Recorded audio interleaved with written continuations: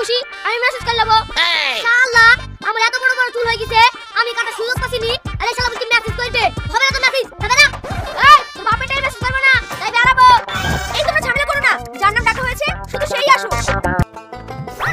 এই তোকে কি চুল কেটে দিছে রে? খেড়ে দুকরাছে খেড়ে টিড়ে গেলে দুই দিন বাদই সব ঠিক হয়ে যাবে।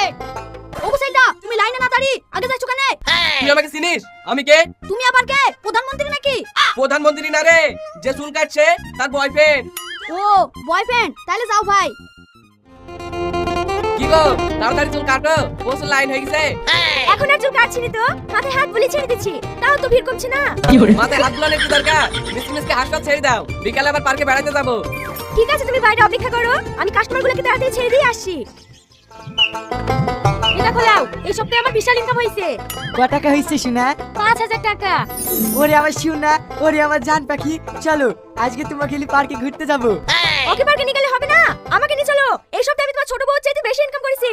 তাই নাকি? তুমি তো আমার আসল হিরো টুকরা। চলো শোনা, তোমাকে নিয়ে আজকে ঘুরতে যাবো, ওকে নিয়ে যাবো না? ও আমার থেকে বেশি ইনকাম করেছে বুঝি, তুই ওকে ঘুরতে নিয়ে যাবি? ঠিক আছে চ, আজকে আমি আমার বয়ফ্রেন্ডের সাথে পালিয়ে যাবো।